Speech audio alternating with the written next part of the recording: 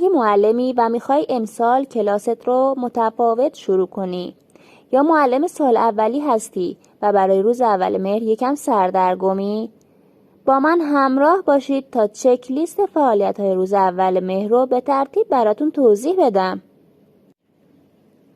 اول از همه خودتون رو معرفی کنید. بچه‌ها مشتاقن با معلمشون هرچه زودتر آشنا بشن.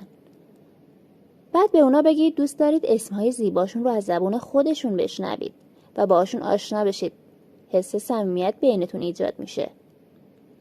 انتظاراتی که از دانش آموزان دارید ساده و شفاف براشون توضیح بدید. من چند مورد مهم رو بهشون اشاره میکنم. ممکنه متناسب با کلاستون شما بخواید موارد بیشتری رو اضافه کنید. فقط حواستون باشه تعدادشون خیلی زیاد نشه تا بهتر تو ذهنشون بمونه. اینکه ادب و احترام تو کلاس برامون خیلی مهمه. بی احترامی نمی کنیم، حرف همدیگر رو قطع نمی کنیم. برای صحبت کردن حتما اجازه می گیریم. همیشه باید زودتر از معلم وارد کلاس بشید. چه زنگ اول باشه، چه زنگ‌های بعدی. در غیر این صورت باید از دفتر مدرسه نامه‌ای بگیرید که امضای مدیر یا معاون مدرسه رو داشته باشه تا اجازه ورود به کلاس رو داشته باشید. برای اینکه از درس عقب نمونید، سعی کنید غیبت نداشته باشید. اگر احیانا روزی غایب بودید، حتما اولیاتون اول روز به مدرسه اطلاع بدن علتش رو. بهداشت رو رعایت کنید. از دانش آموزان کلاس بخواید انتظاراتی که از معلم امسالشون دارن توی برگه یادداشت کنن و به معلم بدن.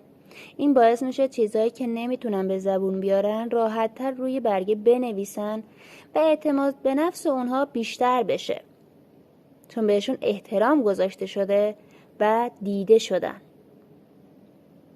همراه با دانش آموزان قوانین کلاس رو وضع کنید. قطعاً تاثیرگذارتر خواهد بود. بهتر رعایتشون میکنن چون براشون قابل درک هست و میدونن که خودشون اونها رو وضع کردن.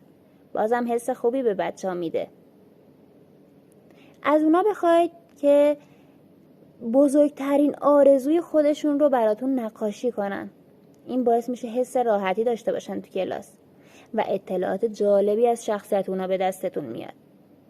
در پایان هم میتونید بهشون بگید اگه مورد خاصی هست که لازم میدونن معلم کلاس از اون باخبر باشه، میتونن خصوصی با معلم در میون بذارن یا روی برگه بنویسن و به معلم بدن.